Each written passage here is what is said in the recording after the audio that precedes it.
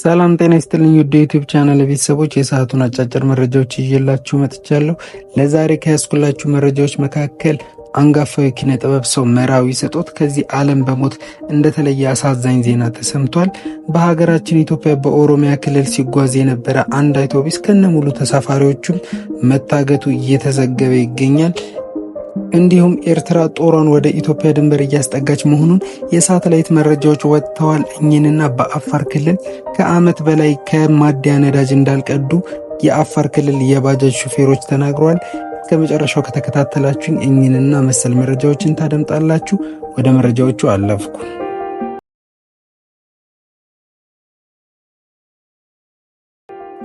በመጀመሪያም አንጋፋዊ ኪነ ጥበብ ሰው መራዊ ስጦት ከዚህ ዓለም በሞት ተለይቷል። ክላርኔት በመጫወት የሚታወቀው አርቲስት መራዊ ከሙዚቀኝነቱ ባለፈ በትወና መድረክ ተወዳጅነትን ማትረፍ ችሏል። አርቲስት መራዊ ስጦት በኢትዮጵያ ዘመናዊ የሙዚቃ ታሪክ ውስጥ ግንባር ቀደም ቦታ ከሚይዙ አንጋፋ ሙዚቀኞች መካከል አንዱ መሆኑም ይነገርለታል።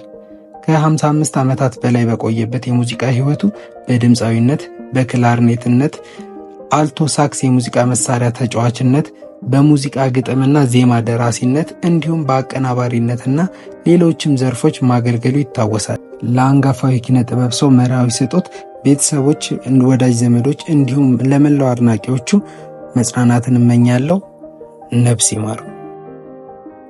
በዛሬው ዕለት ከጠዋቱ 4 ሰዓት ተኩል አካባቢ በኦሮሚያ ክልል ከአዲስ አበባ ጎጃም መንገድ በፊቼ እና በሐጽዮን መካከል ባለው የመንገድ ክፍል አሊደሮ ላይ ከላይ በምስሉ ላይ የሚታየውን አውቶቡስ የጫነ ሙሉ ተሳፋሪና ሹፌሩና ረዳቱን ጨምሮ በሸኔ ኃይሎች ታፍነው መወሰዳቸው ተሰምቷል። በዚህ ምክንያት ሙሉ ለሙሉ የመኪና እንቅስቃሴ ቆሞ የነበረ ሲሆን አሁን ላይ እንቅስቃሴ መጀመሩም ተሰምቷል። ቤንዚል ከማደያዎች ከቀዳን ዓመት ሆኖናል ሲሉ በአፋር ክልል የሚገኙ የባጃጅ አሽከርካሪዎች ተናገሩ። በአፋር ክልል የሚገኙ የባጃጅ አሽከርካሪዎች ቤንዚል ከማደያ ማግኘት ባለመቻላቸው ምክንያት በጥቁር ገበያ 1 ሊትር ቤንዚል እስከ 300 ብር ለመግዛት መገደዳቸውን ገለጹ። ባጃጅ እና ሞተር ሳይክሎች ከማደያ ቤንዚል ለመቅዳት እንደማይፈቀድላቸው ለአዲስ ስታንዳርድም አሳውቀዋል። ለደህንነታቸው በመስጋት ስማቸው እንዳይጠቀስ የጠየቁት አንዱ የክልሉ የአሚባራ ወረዳ የባጃጅ አሽከርካሪ ቤንዚል ከማደያ ማግኘት ካቆሙ 1 ዓመት ማስቆጠራቸውን ተናግረዋል።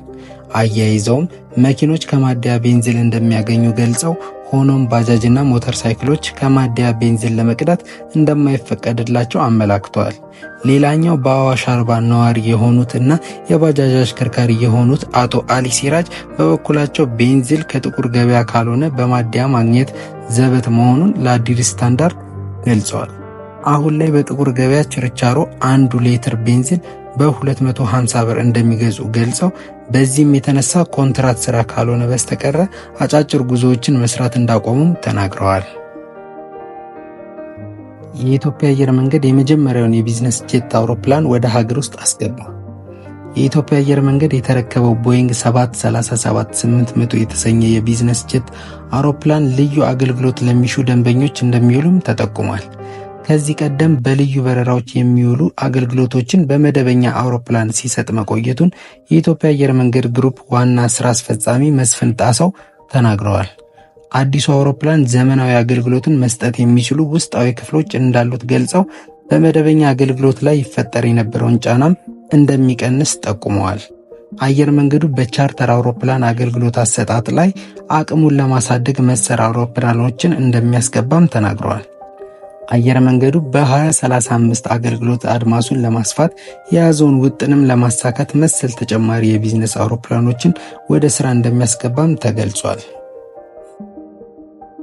ኤርትራ ከፍተኛ ቁጥር ያለውን ጦሯን ወደ ኢትዮጵያ ድንበር እያስጠጋች መሆኑ ተሰማ። የሳተላይት ምስሎች ይፋ እንዳደረጉት የኤርትራ ጦር በትግራይ አዋሳኝ በዛላምበሳ አቅራቢያ ከፍተኛ ወታደራዊ ግንባታ አከናውኗል። ይህ በተለይም ካለፈው ዓመት ጥር ወር ከነበረው የኤርትራ ወታደራዊ ግንባታ አንጻር የአሁኑ ከ10 እጥፍ በላይ ማደጉን ነው የተጠቆመው። ከሳተላይት ምስሉ እንደምንመለከተው በርካታ መድፎችም ተሰልፈው ይታያሉ። ኤርትራ ወደ ኢትዮጵያ ድንበር አስጠግታ ያሰለፈቻቸው መድፎች እኚህ ከላይ በምስሉ ላይ የምትመለከቷቸው ናቸው። የውጭ ዜናም ጀርመን ስደተኞችን ለጦርነት እየመለመለች ነው ተባለ። የጀርመን መንግስት በሀገሪቱ የሚኖሩ አፍጋኒስታውያን ስደተኞችን በዩክሬን እንዲዋጉ ምልመላ መጀመሯ ተገለጸ።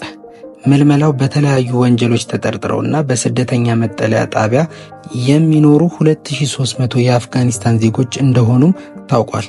ስደተኞቹም ወይ ለዩክሬን ትዋጋላችሁ አሊያም ወደ ሀገራችሁ ትመለሳላችሁ መባላቸውም ተሰምቷል።